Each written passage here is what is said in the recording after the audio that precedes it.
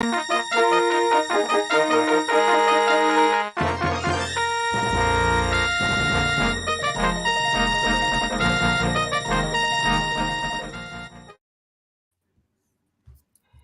going on, everyone, and welcome to another episode of Carbonite Bounty BS. Me and the nerds. How's everyone doing? Doing great. Great. Yeah. Great, Excellent. man. You know, and another. I would say this is probably going to be one of the best two-parters we have. We have a season finale here that really rounds things off. We'll say, rounds up with a Bad Batch, and then just an absolute firecracker of an episode with the Mandalorian. I mean, just wow. You know. Not a lot of time in the episode, but geez, I just feel this is one of the episodes I feel like you can just rewatch so many times. It's just I was in awe of the episode. Not a lot of action, but like it seemed like the Not a storytelling. lot of action. What? What? Not a lot of action. no, This was like- all action. That's why it I'm was so talking about good. as far as like the move. Well, I'll tell you about what I mean about the action. Oh, he's going to tell us about it. It is. But before we get into that, let's let our guy DP let you guys know where to find us at. Nerdcyclopedia.com, people. Make sure that you're going to your favorite website, and then it'll pull us on the social media platforms that you can find on there: Twitter, Facebook, Instagram, and also on TikTok. If you're listening to us on podcast, we are on iHeartRadio, TuneIn, Spotify, Apple Podcasts, Google Play, Stitcher, anywhere that you listen to your favorite podcast. We are there. If you're watching us on YouTube, thank you. Definitely hit that subscribe button. Also hit that notification button. So anytime that we're on, you know that we're on. If you're watching us on Facebook, also thank you. Join our Carbonite Bounty BS the Star Wars group where we talk about everything Star Wars and everything related, And if you want to leave us some feedback, nerds@nerdcyclopedia.com. We love getting your feedback and everything related, not only nerd culture, but, Star Wars related. Boom. Great stuff, man. And yeah, guys. I mean, this is. I think this will be probably one of the most jam-packed episodes. I want to start here. Not I know- enough action. I know this is- that we usually yeah. give you the prerogative to start the show, but I Yeah. really feel like we have to address this. Yeah. What the heck do you mean? There's not enough action. in it. I have points written. I have some points written down. So what I mean, not enough action. It's The not as far reaction as needs to start from the end of Mandalorian and start at the end and work your way to the front, because the end was the point. the end was the most important part. But when I mean not enough action, I'm not talking about the combat and all that stuff. So this is one of the points I've written down, and I really enjoyed this episode. But it seems like the season 2, and this will be where I think I'd like to start the discussion point. This was as much as we wanted to think about it, Mandalorian show. As we see with Boba Fett, it seems like this season 2 is really geared towards Bo-Katan, and as we found out in this episode, this is really going to be. I mean, she's taking the forefront for this season, so I don't have an issue with it. But I know that it's creeping that as far as the Boba Fett effect, as far as this is going to be Bo-Katan's. This is Bo-Katan's season. I don't have an issue with it at all. It seems like it's setting up this giant Mandalorian civil war. It's hints once it refers to in historical times, called religious wars, because this is kind of a religious war between Moff Gideon's faction. This is like that, Scottish religious war of the 1600s, Catholics and Protestants. So kind of two different factions of Mandalorian, really religion, creeds, if you so to speak. Obviously, Moff Gideon is going to fight to be the ruler of Mandalore, and it looks like Bo-Katan has been, hailed as really the leader for the new way, the new leader of Mandalore. So very, very interested in that. So as far as action, it's not really the episode, but it's really like Din Djarin's really taken a back seat to this, which I don't have a problem with. It's just really a discussion point that I've read about, and I can see both sides. I don't mind it. But yeah, that kind of left it open for us to start the discussion point. And then part 2 of that question for all the panelists as well is, it seems like we have the trump card here, right? We thought that the Darksaber was traditionally the Mandalorian weapon and really the key to being Mandalore the Great. But as we see now, and we learn from the Forger, that obviously it's like, Yu-Gi-Oh cards, whatever. This is the trump card. So it looks like the Mythosaur is the key to everything, right? So the If you Mythosaur see trumps the one, Darksaber. if you see Correct. one, If yes. you see one, it seems like the Mythosaur trumps the Darksaber. So with her saying that she's seen it, the Forger believing it, obviously Mandalorians don't lie. It looks like that trumps the Darksaber as being her being anointed the one to be quote unquote Mandalore the Great. If this duel happens in this season, but as I said, we'll start with you guys, whoever wants to lead off with it. But yeah, just that's really the big panelist question. How do you feel about this Bo-Katan season saga, so to speak, and really, how do you feel about the whole quest for it looks like this giant war of Mandalore? What we looks like the next 3 episodes. So I'll step into this because this is giving me everything I wanted. So I've said like seasons before. I mean, while it's good, we get the Grogu and Din Djarin show and everything. I didn't know how far that story was going to go with them hopping on planet to planet, seeing right and wrongs or whatever, just like old Western and stuff. Even though it started out that way, which is fine. Second season, okay, we got Grogu where he was supposed to be and everything, but I'm sitting for like, well, how far is this going to go with them? And it's cute, but me personally, I'm a lover of Mandalore ever since like Clone Wars and Rebels and stuff. Want to see more Mandalore stuff. If it was I said before, if they were to tell more of a story of like where what happened to Mandalore, everything with the Mandalorians and everything, then you have a show called The Mandalorian. Not only is it just about Din Djarin, now it's about Bo-Katan. She is a Mandalorian and everything, thus still the Mandalorian show and everything. So we're getting a whole bunch of backstory with like the religion, their creed. It's everything I'm wanting. I guess I wouldn't say I would have a beef with them trying to like tag the First Order stuff along with this and everything, but I'm interested in that as well. I think what they did with this episode tied back to what they did with episode 3, really good. Now we know why they did what they did with like episode 3 and everything. It was a little awkward, transition in that episode, but this episode made it all make sense, which I'm fine at, and I'm fine with if you have those that are like, okay, where's my show? Where's my Din and Grogu show and everything? Well, I hate to tell you guys, they said it from the beginning they was going to do something bigger with the Mandalorian, Ahsoka, what was supposed to be Gina Carano's show and everything. Now they got a skeleton crew and everything. It's going to be something bigger and probably leading up to like something with our big bad Thrawn. But I love an expansive story. I love like bigness to like the universe, which is what Star Wars is. I didn't want to keep it small with Din and Grogu. We got that introduction. We know who they are. We have the level of cuteness out the way and everything. I'm not saying I was happy not to see Grogu this much and everything, but I'm all for it. Give me more Mandalore stuff. I'm all for it. I love the episode. Definitely second that. What about you, Hitch? Yeah, so I really appreciated this episode a lot, and I love how they've sort of pulled the old switcheroo on Din. And it's interesting to me that the armor has never really seemed to want Din to really have that Darksaber or be the Mandalore. Like there definitely has seemed to be some sort of resistance to that. And yeah, he does have the Darksaber now, but should he? I mean, obviously, if we get into a lightsaber duel, he's going to lose. I mean, we saw what Bo-Katan could do with the thing. Yeah. So I think it's obvious that she is the rightful holder of this thing, and all the prophecies are sort of coming together. And if she can unite all the disparate clans of the Mandalorians under one flag, then really she is the Mandalorian.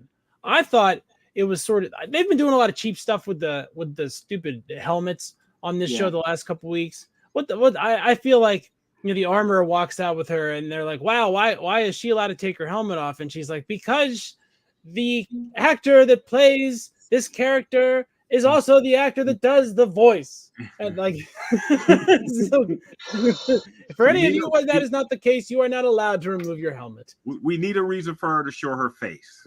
Right. We're paying a lot of money for this face. Well, I like to see it. She said why? Because she walks both paths. She walks both paths. Yeah, right. Yeah. Both paths, both the voice actor and the physical actor. No Ashley Eckstein, right? No Ahsoka Tano voiceovers. Right. Yeah. So we don't have to make room for anybody else. But speaking of making room, how about Zeb showing up randomly Right. in this episode in all his live action purple glory. I loved that cameo. That was that Leonardo DiCaprio meme and everything. That's our guy. And I love that the plot, like it's no way it was anybody else. It's so distinctive. The voice is correct. And I really just like that they dropped that in. They've been giving us a lot of Clone Wars candy on the Mandalorian this season, which is really, really awesome. And I've really enjoyed every second of it. I thought this episode had a lot of action in it. In fact, before the Mandalorians hit Navarro, I was just like, this is awesome. I was already really into it. Oh yeah.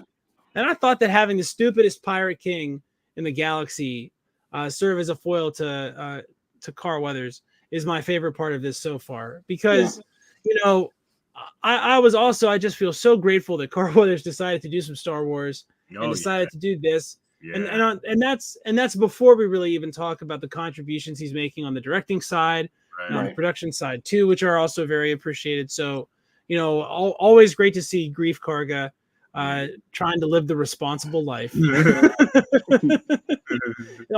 almost like if Lando had been given a chance at actually being successful, right? Like instead of Darth Vader showing up and being like, all of this is mine now. It's now mine, and I'm gonna cut off my kid's hand, and I don't want to hear about it. Just don't want to hear about it from you guys. I'm also gonna freeze a guy. Is that anyway? So I really, really like this episode a lot. Well, the guy we've all been waiting for. So, I'm just going to start at the end and work my way forward. So, the end of the episode is really the point. The point is that the armorer knows that Bo-Katan is the one that's going to bring balance. And that's the constant story we have with Star Wars. We have good and evil, and we have someone that comes up and fixes it, brings balance to everything, all the fights. And I think that Bo-Katan is now going to do that. She's walking out into the universe without her helmet on. Because why? Because why does the armorer say that's okay? Because she has seen the mythosaur, and she has seen the entire story. And she's the chosen one. Like Anakin was supposed to be the chosen one, but Anakin kind of went south. But kind of. A little bit. So, this character now, like at first it was cool, whatever. Shoot the Night Owl. I liked it. It was a new character for me as a fan of the old school Star Wars. New character. I'm digging her now. Like, I like her strength. I like her poise. She has a very calm way of taking control of things. What did she do? These Mandalorians, these coverts, were living in a cave. What did she do? She brought them out into the open. She gave them directive. She led them. She was now the boss in a very nice, very cordial way with respect. So there's that. Then let's talk to the whole New Republic, who are just the most obtuse group of folks that I could imagine. Like, they have no idea. And so here's this rebel pilot, and he's like, you know what? The Empire's coming back, and none of you are seeing it. And you're all a bunch of dummies. And Tim Meadows, who's a great actor, and I think Tim contacted Filoni at some point and said, yo, dude, you got to get me in this movie, because I was in Mean Girls, right? And Filoni was like, yeah, you were in a great movie. I love that movie. I grew up watching that movie. And he put him in a place. He was a requisition officer, just like the principal he played. But he was also he had a very important part in this. And I think we're going to see him again. But I like that they put this whole storyline, like, now here's this New Republic, which is not doing anything. It's just a new bureaucracy. That's all it is. And Grief said it, plus other civilians said it. We don't trust this New Republic any more than we trusted the Empire. But the Empire is coming back. And I think there's going to be, if there's going to be hope, if there's going to be a new hope in the galaxy, it's going to be Bo-Katan being able to bring all the Mandalorians back to this one spot on Navarro and start a peaceful existence of some sort. I mean, I see a big storyline going here. So Filoni seen Mean Girls and decided that okay, he can see Tim Meadows as a requisition officer. 100%. Bottom line, right? Ken for president, bro. Ken for president. Ken, I love this conspiracy theory about Mean Girls. But what if you're right, but not quite right because it's all about the ladies' man? Since that was one of the first times. That was one of the first times Will Ferrell stood out in a role. Mm-hmm. Yeah. Well, the minute I see Will Ferrell show up as a pirate soldier, Instradamus, then I'll go a different way. But then if we're talking Will Ferrell, we're talking like if you're not first, you're last. If you're not first, you're last. So if you're not winning, you're losing. That's what that snub fighter pilot was thinking. If you're not first, you're last. First, yeah. Exactly. He's like, I'm out of here. How do you just like crash, a separatist era Corvette on a planet, by the way, that you're trying to hold hostage? Why are you close enough where that's possible? I mean, goodness gracious. Take out its engines, apparently. This is what happens when you let a plant fly. They just want to flay down roots everywhere. Right. When you let the Swamp Thing, Swamp Thing, yeah.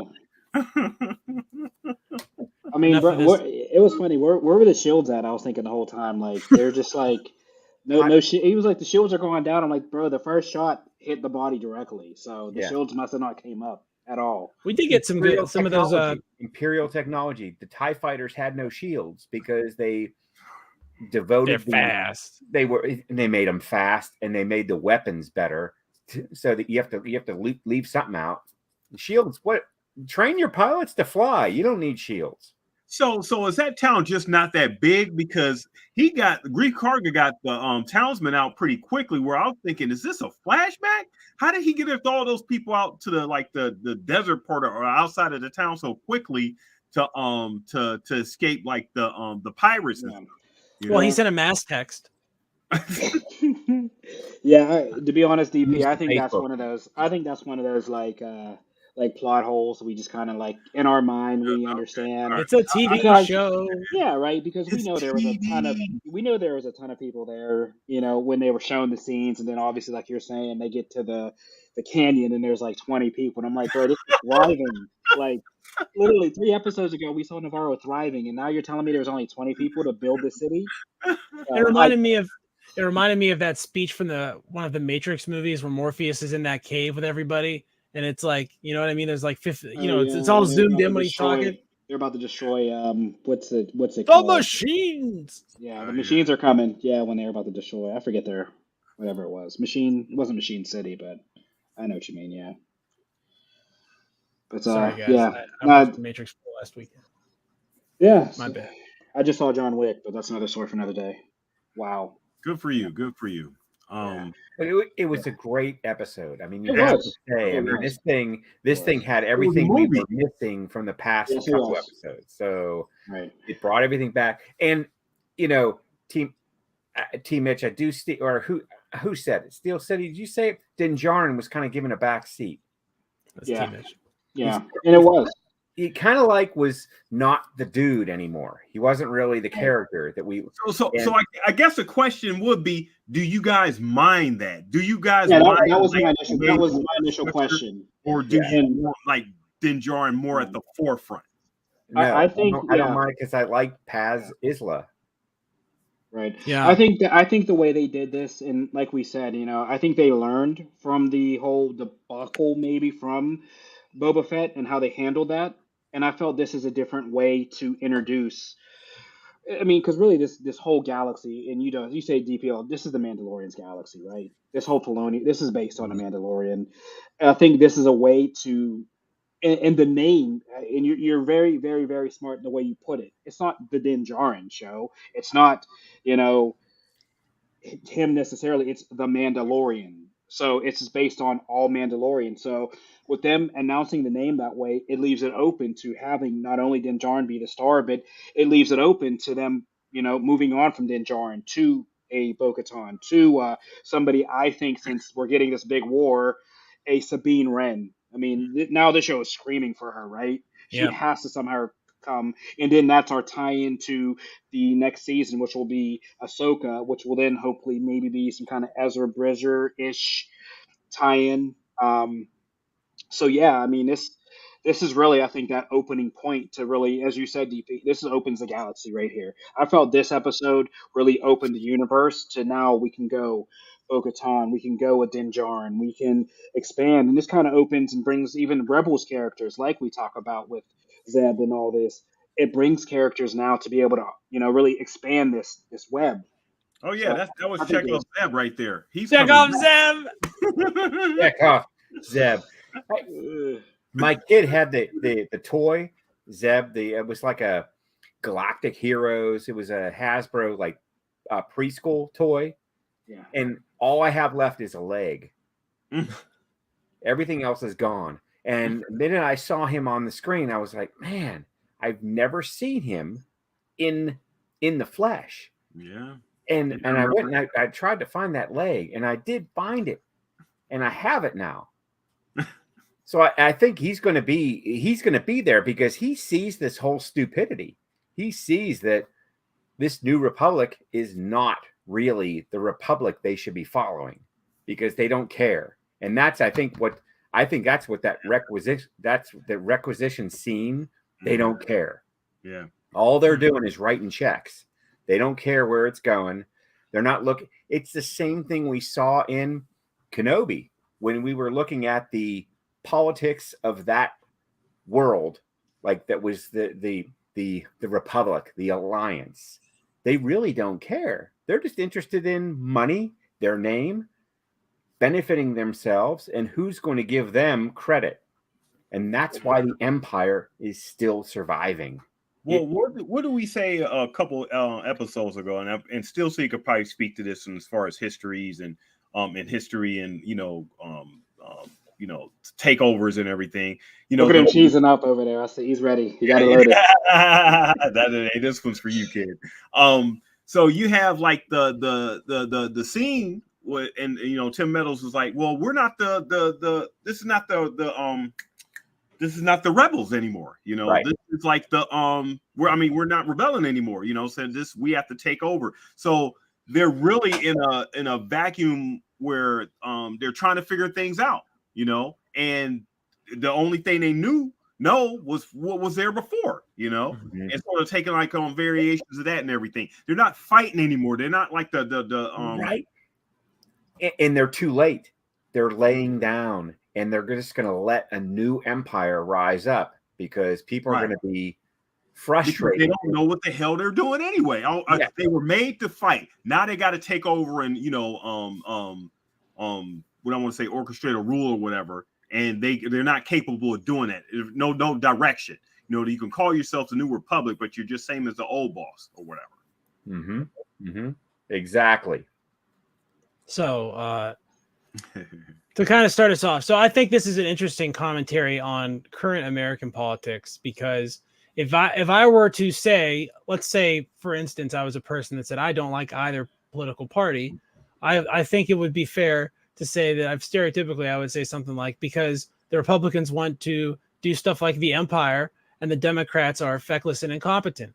And so we see here, boom, boom. Yeah. Uh-huh. So we see here how when the Empire is overthrown, the Republic doesn't know what to do. They don't know what to do with themselves except to be some functioning enormous bureaucracy, because that's all there ever has been. The Empire didn't invent the galactic bureaucracy. They merely adopted it and removed democracy from it. So right. Ooh. Oh man. All that is left is this banal bureaucracy, which is the skeleton of the Republic that the Empire was using. They're also obviously going to lose, and I think I think that makes them a lot like the German Weimar Republic, which was an attempt to instill like parliamentary democracy in Germany, but because the Treaty of Versailles was so punitive and the economics never worked out, so there was never prosperity. And without prosperity, you really can't have stable governance. It just is impossible to do. You didn't have any skin in the game. There wasn't anything that you were sacrificing that anyone would think they should follow you, that they should believe what you say. That's what the Nazis would have said about the Weimar Republic, certainly. And I think it is what they would. It's what they did say, because that's what they were trying to overthrow when they ran for election in 1933. It'll be interesting to see if they managed to bring economics into the fall of the New Republic, because that is what ultimately toppled the German order post World War I. Was the economic collapse of 1929 and the inflation crisis that caused their currency to essentially become worthless. And we got a little bit of that in Andor, right? The bank heist, right? Where do you go? Where do you attack a system? Right. Financially, you go for their money. You go for their paycheck. That's where you get them. Excellent point. But also on the flip side of this, you can look at this another way in that whole scene, right? When he talks about the rebellion's dead. I don't know if you caught it, but, we talk about, we obviously know the New Republic loses. Does the New Republic really lose, or does the New Republic simply just adopt the First Order? Because what we know with the New Republic is they're really not alphas, right? These guys are bureaucrats, and they're not the bureaucrats they have in power now. All the alphas are gone. So these are people trying to pick the pieces up from a system they think they know. But as we see, it seems like these Imperials and I forget her name, but Gideon's henchman, she so easily manipulates the leader of this New Republic, right? So I'm like, you guys aren't alphas, and it's so easy then for the Republic, for the Empire to come back and form the New Order, because she basically sits him down with a couple words and explains to him. And I'm like, you guys are getting manipulated this easy. This is how the First Order rises. So the First Order is already kind of in dire straits, and they're recruiting. So it's easy for them to suck up the whole New Republic. And as we see with the fighter pilot, he's still part of the rebellion. He understands that this fight isn't finished. So I definitely see how the rebellion grows, and also how the First Order comes into power, because this new empire essentially gets sucked up into the First Order, and this pilot essentially is still one part of that rebellion that we see grow in the prequel trilogy. So I can see it on both ends as far as how it developed. Because he was there when the Empire fell the second time in Return of the Jedi. Yep. And he saw this whole thing. It was parties everywhere and pulling down statues, and it all looked good. It all looked like it was over. It was a big, but now he's seeing, especially they keep talking about, and I'm a little ignorant on sort of the spatial of this. So there's the inner rim and the outer rim, and then there's a neutral zone of the universe. Okay, so we're talking about a subdivision on the outer rim. I mean, this is where it's happening, and this is where the New Order is starting to get a foothold back. And I don't like that New Order. Let's just call it the Empire. Let's just say it's never stopped. Palpatine is still pulling the strings behind the scenes because we still have cloning. Hemlock has created a technology that, and we'll talk about Bad Batch in a little bit here, but Hemlock has created a technology where they're able to keep cloning alive. That's kind of weird, right? And they can clone the best parts of whatever they need and create the best of the best of the best. So that's a Will Smith thing from MIB, right? Right. The best of the best of the best, because that's what we want, and that's what we're going to clone, and that's what Omega is she's the best of the best of the best, because she has will, and she has the desire, and she has a drive to her, and a loyalty. So if you want an army, that's the clone you want to clone at this point. I think what sort of irritates me now that I'm thinking about like the sequel trilogy and everything, and why they felt they had to redo like the 4, 5, and 6 somehow or whatever, is the fact that the First Order is really created just to say, okay, well, we need a new empire. Let's just call it the First Order. Now we're going backwards to try to explain all this and everything. Yep. And while I'm into the explaining of it, I'm thinking like this is going to a place where I wasn't really. I'm like, this is where it's going. I'm into like the explanation and everything, but it goes in. It's like you're driving like a Ferrari into a pile of shit. Whenever it ends up making that's a great way to describe the post trilogy. Is you're driving a Ferrari or Clip this up for Ken. Ken, is this really you saying this? Whoa, I want to make this clear, Ken. Are you agreeing? You know what reinforced it for me when I went on Shop Disney and I'm looking at lightsabers and Rey Skywalker lightsaber. But she wasn't a Skywalker. She's a Palpatine, right? So she named herself Skywalker at the end, though. You were cool with it, Ken. I think you gave it this a 10 out of 10 as well. Come on now. You did. Come on. They got to give me another 20% off that lightsaber. Oh, wow. Oh, boy. I have that one. That's actually my favorite one. Except they messed the color up. I'll give you $20 for it right now. I showed it. You remember they messed the color up. It's gray and it's supposed to be black because it was black in the movie. But hey, it is what it is, right? Or gunmetal, whatever. It was like black in the movie, but yeah. I'm glad, Ken, we're starting to get this out of you. It's taken a whole I don't even know how many episodes Steel City, 45, 50 for you to start. We've been doing this for a while. I'm talking about his episode 9 and his sequel trilogy. So it's taken a while for Ken to start lowering that kinetic. This may not be a kinetic Ken. Lowering it a little bit. Whoever the whisperer is. We got a question. So what's your question? So go ahead and ask your question. We'll keep going. Is that French? Yeah. Yeah, the French. Hey, we're international. Yeah, as he's pulling the question up, it's in the Obi-Wan show, does his encounter with Vader have any effect on their dialogue in A New Hope that indicates they haven't met since Mustafar? All right. Well, this is a good question. Yeah. And it's interesting that you're talking about something that they're obviously doing to marry up two parts of a train that aren't quite like the two parts of a bridge that aren't quite together. Like they build them from each side of the chasm, and one's like 6 foot taller, and they got to kind of marry them together. I mean, whatever.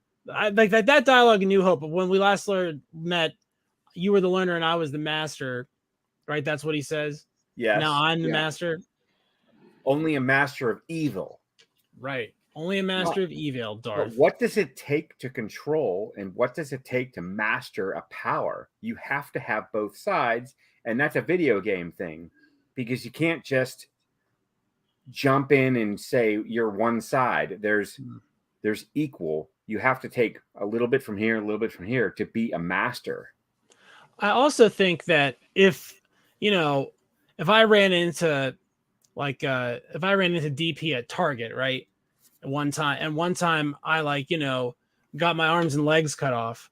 I would later on, if I reference that time I saw you at Target, it would probably be obvious that I meant that time, right? The time when all my arms and legs got cut off and I screamed that I hated him.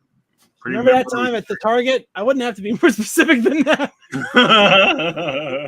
It would be pretty rough, but you have to understand, you have to go back to your training and you have to regain control of what you were thinking, your emotions. Your emotions always have to be in control.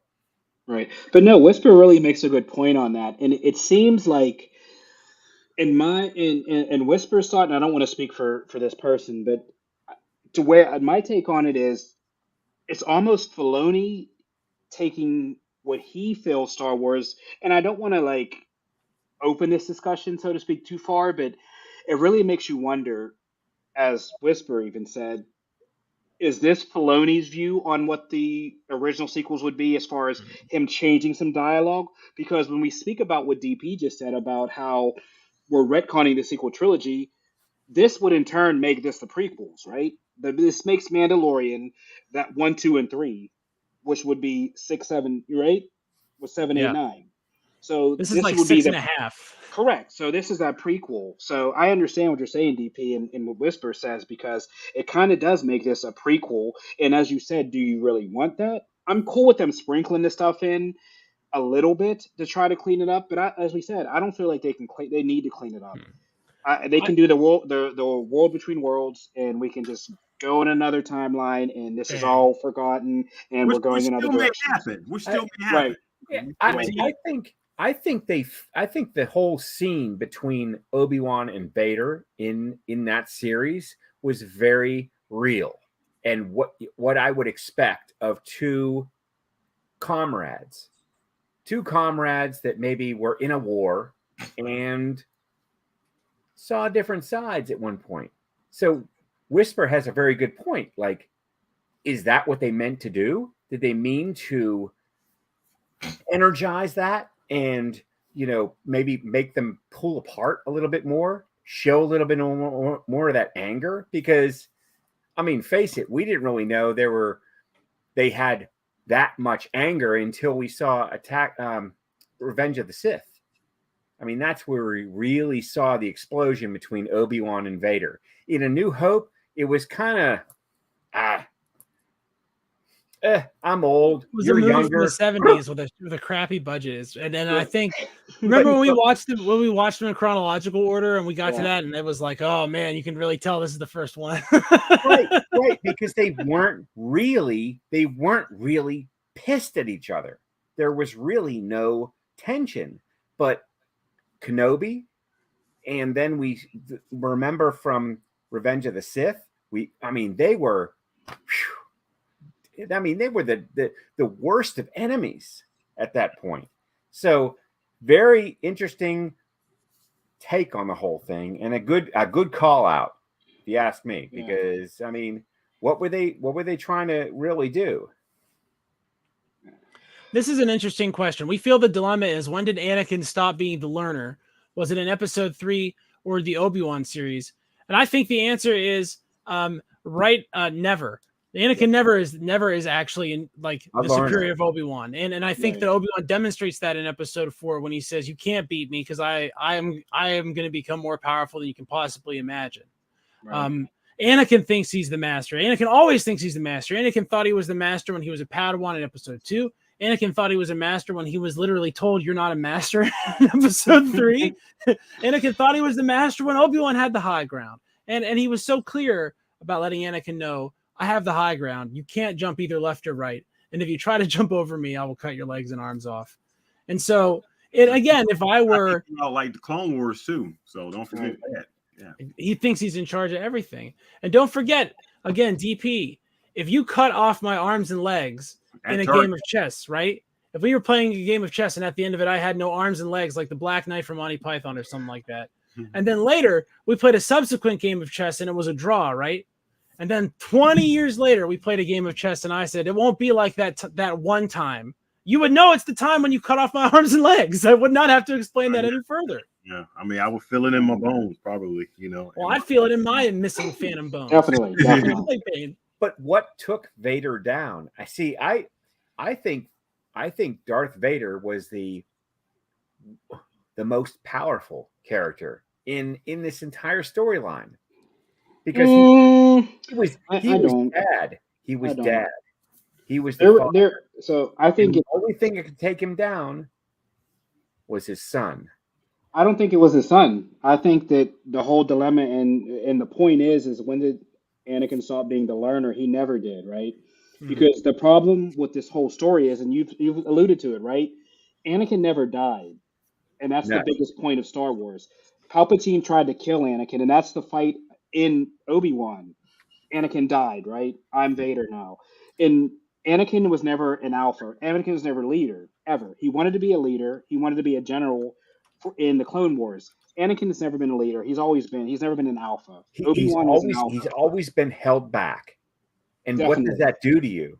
And when you're not an alpha, it's you try to be something you're not. And I think that's what he was throughout this trilogy, in his arc. He fought Vader, and at the end, as you said, Anakin reigned supreme. So Anakin always learned, and he fought. It's kind of like those X-Men episodes, those cartoons where they're mind controlled, and they're like, fight it out of you, or when the Phoenix takes over Jean Grey. It's that duality in the mind and the body, right? And you have Vader fighting Anakin, and at the end, the thing that saves Anakin and brings him back is the memory of his son, the thought of his son dying, his son being killed, right? Is that switch that flips that kills Vader ultimately. So I don't think he ever possibly stopped being the learner, but you don't think he ever was a Sith Lord? No, not fully.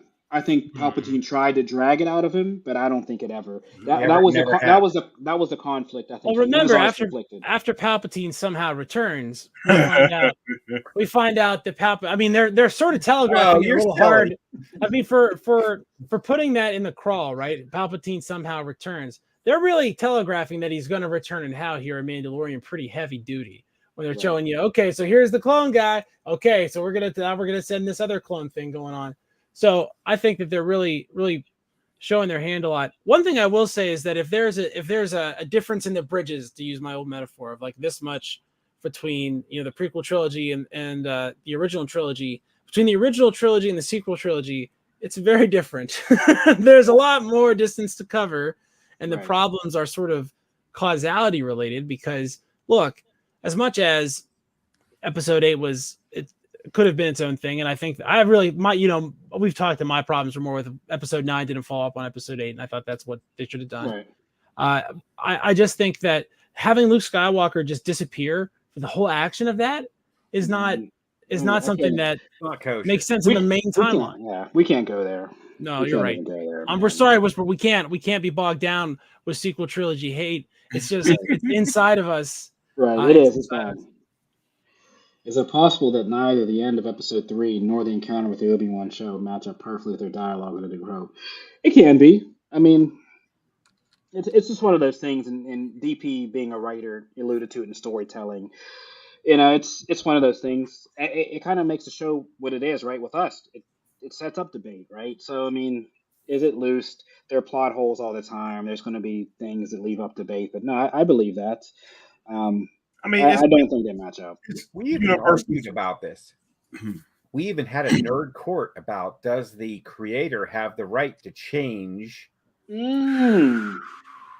have the right to change what they already created. Do they have the right to do that? And yes, no. Okay. The answer was yes. I believe if I recall the verdict. Yeah, I lost.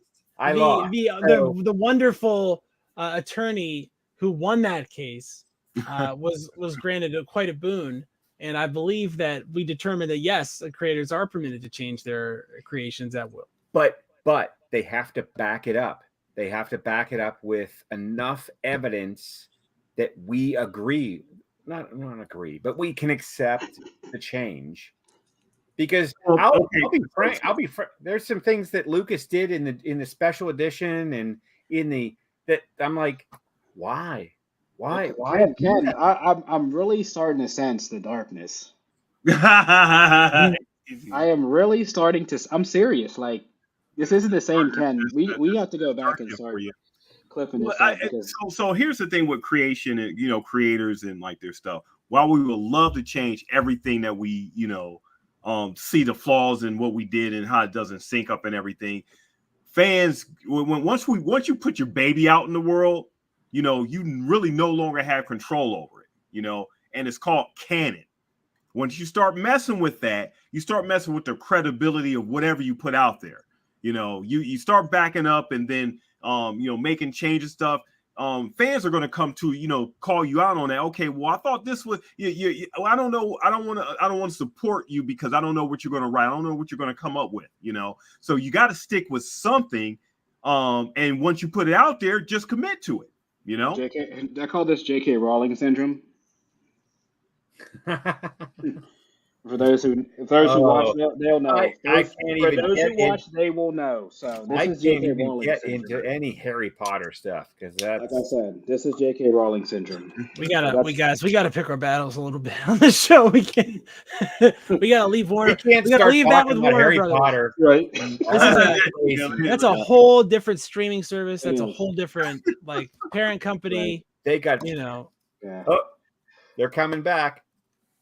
Is it Is it possible possible? Vader? I think there's actually some line in one of the Vader comics where he's like, you know, you're supposed to bring balance to the Force, and he's like, oh, there's two of us, there's two, two and two. Well, think about it, right? It does make it. It does kind of make sense because, right, the Sith are a rule of two, and what he does is create the Jedi, make the Jedi now a rule of two. Because Yeah, since he killed them all, I like this because right? maybe Vader, maybe that thing is the balance. Maybe the Empire was right. I don't think you can obtain balance through child murder. I just I feel like think you can. Because if that child was going to grow up and do something worse than you're doing, oh, here we go. Baby Hitler all over again. Yeah. Right. Baby Sheev Palpatine on Naboo in his little But you would have cradle. to know that was going to happen in advance, you know, Ken. And here's the thing. and And here's the thing. In Star Wars, is there's no such thing as timelines that go causality. all over the place.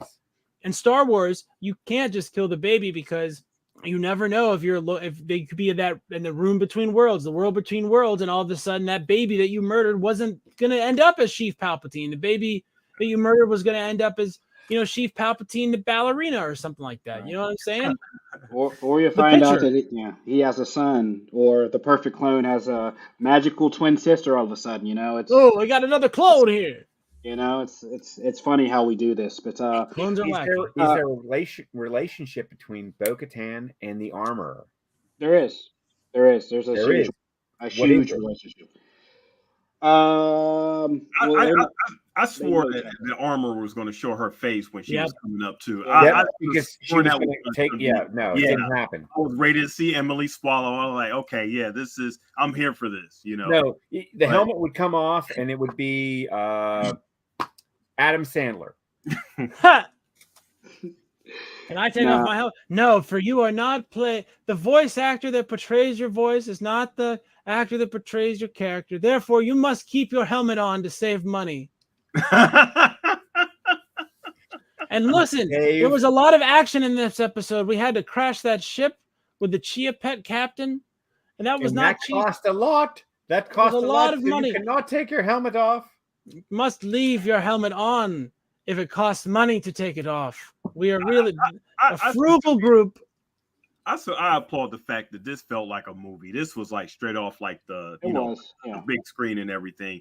I mean, it was a short movie, but it felt like a story. It could have been like a Star Wars movie on screen, you know, all the way up and to like the ending fight. And it had a ton of action, a ton of suspense and everything, right up until like the whole Teva finding like Moff Gideon being like not taken in that spaceship and everything, which they already alluded to. They already knew the guy escaped. Like pretty much, they had to show us he was broken out. So who broke him out?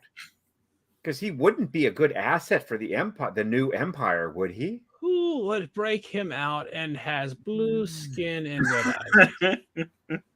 That's what I was waiting. That's what I was waiting. But I don't see him going over back to the Empire. I see him being something else. He wears Mandalorian armor. I mean, we already know this is the battle for Mandalore. That's like this. I think that's the big ending. It's going to be the battle for Mandalore. Yeah, because they talk about moving to Navarro, but I think they're going to rebuild the actual planet of Mandalore in that system, and they're going to start. As we showed in what was that? Oh yeah, that show Bad Batch. We had a whole episode of rebuilding a planet. So let's just do it in live action on the Mandalorian. Have a bunch of Mandalorians rebuild a city. Make it easy, right? Well, look, I mean, the foundation of the United States teaches us that if you get some empty space and you work real hard, you can completely terraform it over the course of a generation and denude it of all forestry. That's called the American dream. It is. Going out in the woods, cutting me out a plot of land, planting some apple trees. Cut me out a plot. I like that. Cut me out a plot. Yeah, you got to cut all the trees down and burn them. That's how. Man don't just assume Grieve had enough for everyone. He pretty much felt that. So what do we got? Two more comments here as well. Oh, Whisper's trying to put us on a tangent and everything. So Yoda said the prophecy might have been misread. So rather than say slaying Sidious being the balance, the slaying of the Jedi was the balancing. Then Luke unbalanced it in 6 once again. I reject the notion that you can balance things out through the commission of infanticide. I just don't think that you end up in balance. You end up as a balance when you do that. So I would say no to that. No. And during the battle over Coruscant, what was Grievous's perceived goal? What did he and Dooku really know about Sidious's plan? I don't think Grievous. I think Dooku's the one that made him do that. Yeah, more than Grievous picking that, right? And Dooku knew nothing because we saw where that ended. Right. Dooku didn't find out until after Attack of the Clones, and that was really Revenge of the Sith when he kind of really got in, found out, because he was kind of aware. I mean, obviously that was his master, right? But he didn't know to the extent of what Palpatine was really building, and by then it was too late. You know? And Grievous was just a pawn. Oh, he of was course, just a soldier. Well, he was old, right? And that was the whole thing. That Palpatine knew it, so it was kind of like them playing each other. Yeah, and Grievous he might have come back and maybe a spider droid. Dooku, Grievous was something that was going to be a casualty, and Dooku was a giant casualty, right? Because Dooku was being replaced. So they were both pawns to Sidious. Because Palpatine was never going to trade into Dooku's old body. No, I mean, he was like 40 years older than him. Yeah, you're never going. Oh yeah, you're going to be the inheritor of my legacy, old man. Right. Sure. Right. Palpatine doesn't work like that.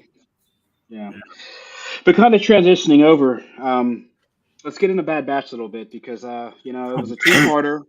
We're done with it, and this would be funny off air. I said some hot takes that were really just being wind up talking about the show. Very rude. I was winding up. Yeah, I admit I was winding you up. But my general overall consensus still is I really, really, really think that they sort of lost the way, so to speak. We talk about the way. I think that this season lost the way. There were a few episodes, not more than a few. There were some episodes that stayed on course, but for the most part, I mean, I'll be fair. 5 out of 16 episodes I felt were something like, oh yeah, this is good, this is great, there's something to build on. 5 out of 16 is not enough. I just thought, as we talked about, too many side missions, too many small side quests. It was a little bit of a dumpster fire, and I feel that the ending was great. It sets up another season, but I said this when we got into 14. It's too little, too late. The ending should have been like second or third episode in and everything. So if you're gonna do this storyline, let's just get on with it. Stop with the delay. We know our heroes from like the first season. You get 16 episodes. That's a lot of half hours and everything. So why waste the time? Let's just get to the meat and potato stuff. We got like great Crosshair. All the Crosshair episodes were great, phenomenal. Once we get back to like our heroes and them trying to find out how they want to live, how they want to, what they want to do. Omega crying every 2 seconds about I gotta go back and find my friends. I gotta go. We gotta go back. We gotta go back. I mean, come on now. How much of that are we actually going to take for like a whole season and everything? So this actually gives her a little something because the voice actress for her sister, now that we've seen, it was just like right on point. Same way with the senator or whatever. I mean, maybe they're all related. They all have the same like voice actress and stuff. So I don't know. I like the last two, but I would have liked to see a little bit more meat in like a season finale and everything. But if this is the trajectory they're going to go, finally keep it this way. Yeah. Next season, we got somewhere we're going to go. I can see a third season being really great. I don't know if I'm ready to write a check for the third season. Being a Disney subscriber, Disney Plus shareholder, I'll say, as much as I spend, I'm not ready to write that check. So they got Omega in they got Omega kidnapped or whatever, about to do something with her. So we're actually about to see our heroes get into some real stuff, plus Crosshair is there, so we're about to get like the quote unquote, as Ken will say, the band back together. I mean, it's about to be some fireworks. Yeah. I mean, so my question is, do you trust the whole season of what you want to see? I trust it. I trust they develop things the way they needed to do it. I trust Filoni. He traditionally takes long to get going with his seasons. But he's very long-winded. right? Bitch, help You me had out, a please. lot to say, and So, Bitch, help me, you as please. a creator, Tech should have died in a crash during that episode where he won that race, and that would have saved us all a lot of time here. I mean, I get it. Like, you know, Clone Force 99. They had all, it was like twist after twist after twist, but not really twist. Like Sid turned him in. Yep. Well, everyone kind of saw that coming, right? Right. Yeah. So to me, I just think that if you're gonna make a show like this, you shouldn't have had 16 episodes. You should have taken out the 6 filler episodes that we all know, or in this season, just done 10 episodes, and it would have been fine. It would have been good. Yeah. Maybe you could have put one more Crosshair episode in of him just being like, a real jerk to all the other non-clone troopers. To see him being mean, I would have thought that would have been that was my favorite Crosshair, was when they went on that mission with the stormtroopers and he just started shooting them and being like, "You're gonna do what I say." Man, that was great. So I would sign up for another season, but if they plan on making it 16 episodes, I mean, we better get a lot further than this in 16 episodes. Yeah. See, I like the way they tied this in at the end. Yes, there were some filler. There were some episodes that went sideways. They kind of went out of the storyline. We're talking about the Bad Batch. We're talking about a group of clones that went rogue. They weren't part of the program anymore. They were off program, and they did their own thing. And they needed to make money, and they needed to protect themselves, and that's what they did. These last 2 episodes brought everything back. I have to watch Rogue One now, because who's this Commander Krennic, and what's this like Phantom Stardust? Right. It's funny. Remember I told you guys about Krennic a long time ago, about them tying together and him. This was a this great episode, and Tarkin at the table. Yeah. That one liver spot right here. Right. Yeah. It's just, but once again, Ken, it's just too. It's too much. It's too late. I mean, I told you guys about the whole Omega being the key, like 8 streams ago. We should have did this a long time ago. We should have had this at the beginning of the season. Yeah. Well, we we say that about Jar Jar Binks, but we don't throw Phantom Menace out the window, do we? Whoa, we got to. A lot of us do throw it. A lot of us used to throw it all the way out the window, and now I've definitely said that I would throw that whole Jar Jar Binks out. I have actually said that I would definitely have preferred to see less of the action from episode 1 and roll right into episode 2 with a movie that was about the actual Clone Wars, instead of having to wait 15 stupid years so that I lost all my hair. Don't you need to see the Republic? The Republic as it was, and why the Empire was able to build up from it. I feel like talk about a dumpster fire. The Republic, we discussed this before on this show, so I don't want to go into too much detail, but I have felt that you could recap a lot of the action of episode 1 in that elevator ride that they have at the beginning of episode 2 on the way up to Padme's, and I think that would have been a much snappier intro. You could also have shown as like a real intro, because that's episode 1, so it could have a prologue. You could have shown Duel of the Fates and that whole conversation between Obi-Wan and Qui-Gon that would have explained everything as well. So I think there are plenty of functional mechanisms to consolidate the story that opens the Clone Wars into one movie, and then have the rest be kind of the Clone Wars, which we saw. Which I mean, look, the scenes from last week that had those clone troopers in them were friggin' great. They were awesome, right? Yeah. Is it true that it's Jar Jar's fault that Order 66 was initiated? Yes. It is, in fact, Jar Jar's fault. And that's what we have to commend him for, because without him, we would not have 4, 5, and 6, and we wouldn't have Andor, and we wouldn't have Rogue One, and we wouldn't be here sitting talking about new Star Wars stories if it weren't for Jar Jar. We can do 4, 5, and 6. We can do other Jedi. I mean, like I said, we've had our reviews. I don't want to go. I mean, hopefully, Whisper, if you are a subscriber of us, we appreciate. Go back and watch some of our reviews. I'm pretty scathing. I like to call myself the eternal realist. Um, I'm not going to sugarcoat shit, right? Ken is the eternal optimist. I'm Yeah. like the yin to the yang with Ken. It's funny because if you go back and watch the shows, I think it was always me versus DP, especially in the Marvel world.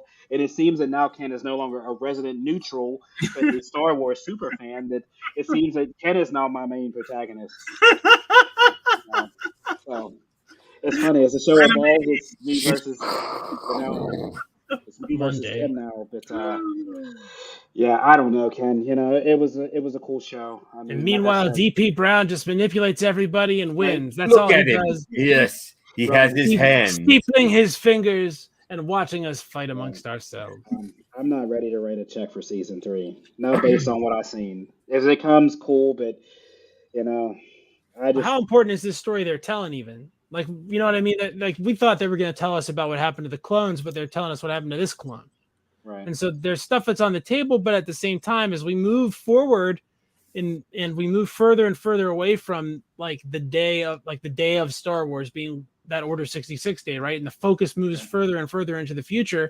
I'm going to give less and less craps about, what's going on with these clones at this point, right? Especially these clones that are just, on a collision course with their own demise in the next 10 years before the action that we're watching picks up. So to me, they better be telling me something worthwhile of them coming back. Hitch, you know what saves this story based on him taking parts of clones and creating the ultimate clone? The only part that saves the show is him creating Starkiller. If there's a way that he creates Starkiller Stardust. to some extent, that's the only way I think that saves it. Because we know Right. now that this guy's doing so much. Yeah, it's just And one they of had those the whole things. Death Star thing going over their hollow board, like the table. I mean, it was a great episode. Right. I give it a 10 out of 10. A I Ken wouldn't, out I wouldn't expect anything less from you. 10 out of 10. I would not expect anything I less. loved it. And you know what brought me back? Because, yes, I agree with you guys. Bad Batch was a little soft for a couple episodes. But when I saw those crates with that Stormtrooper armor in it, I was sold. Like, Right. sign me up. Oh, That yeah, was great because then the clones were like, why don't we get that? Yeah, Right. that was the Yeah. best episode of the season, I think. Yeah. Yeah, and that was. brought me back, and that was only 2 episodes ago, right? Right. Like I Late said, in the season, Ken. Late in the season. late in the game, But I can watch But, Star Wars all day, all night. I don't care. Well, True Star Wars fan there, buddy. That's the dream, Yes. right? Isn't the dream to Yes. have a job where you can watch Star Wars all day? all day, Right. all day, all night. Nobody could stop you, even if they actually wanted to, but they really Yeah. don't. And they don't. Yeah, they can't. Yeah. And it's funny, I say DP's on, Favreau's Marvel payroll. Soon to be laid off, it looks like. The fate of many. Many on that end. yeah, right. They're like DB's about to be laid off of Marvel, so we'll see if his opinion changes. Now it seems like that Ken is on Kathleen Kennedy's payroll. I mean, this guy is the eternal. Star Wars she optimist. she was involved with Gremlins. All right, that's it. And That's it. That's it. He said Right. Gremlins. We're done. Right, come on now. We don't want to be on here come on. after midnight. This Yeah. woman has been involved in some of the biggest franchise successful. So you're backing. You're backing. Gremlins 2. You're backing up Gremlins Kathleen Kennedy 3. right now. Yes. Really? Yes. Okay. Yeah. All right. This is done. I cannot believe what I'm hearing. You're backing Kathleen Kennedy, who's running the dreadnought into Mandalore, full speed, literally head first. She was there with E.T. Oh my Gremlins. Captain, we've got to leave. She was No, we're not involved going to in leave. Raiders Right. of the Lost Ark. I mean, Oh, she come was on. involved with some of the things in my life, my growing up. Check with me after Indy 5. All right, we're gonna find out what our final project's like. Oh, I can't wait for that one, dude. We gotta. No. Indiana Jones can never fail. Dun dun dun dun. All right. Harrison Ford All said he right. can die, though, because if Harrison Ford dies, Indiana Jones dies. And yeah, like I said, we'll see. Not gonna leak that for you, but we'll see, Ken. But yeah, guys, it's fun. I told you we were gonna have a super show. Hey. Man. This has been fun. You did. This has been fun. Actually, and best franchise in movie history is Halloween. So if you guys oh want to like my actually god, what The best franchise in movie oh history. You're my saying that on ever, a Star Wars god, podcast? ever, here we ever. go, I'm bro. putting you This in This is guy timeout. right here, Michael Myers. At the Michael band Myers is the Star Wars most podcast. believable character That's ever. it. I'm exercising the priority. yeah. Cut off his This, mic. Cut off his this is- mic. this is like pretty soon he's gonna tell me that Scream 7 was the best movie out of the series, right? Scream 7, like, come on, bro. All right. Thank you, Whisper, for Thank you, Whisper. participating We appreciate you so in the much. Thank you. discussion. Yeah. We love the interaction. We do. We love everybody. And, We love everybody. Make sure that you get all your friends to follow. Do all that. Please good do. Please do. All right, you can say goodbye, Ken. But, Goodbye, Ken. yeah, guys. An action-packed show, and thanks for everybody tuning in. As DP said, make sure you're following us. Whisper, you and your friends, please check out that Facebook group, Carbonite Bound BS, the Star Wars group. Interact over there with us, please. We like your energy you bring to the show. We like your commentary. So bring it to the Facebook group. Ask us questions. Email us at nerds@nerdcyclopedia.com. Definitely appreciate it. And next week, we have episode 6. And we'll probably start off and do maybe a Bad Batch season review, even though we kind of did it here again. We'll kind of bring 1 to We'll 16 see. together, right? So If we're doing Yeah, that, guys. it means the episode was crappy. right. Don't say that. Yeah. Maybe So 27 minutes long. Yeah. You know, So needless to whatever. say, we'll be talking about the Mandalorian season, episode 6 only. But yeah, guys, until next week, this is Away. Way. It's the way. This is the way.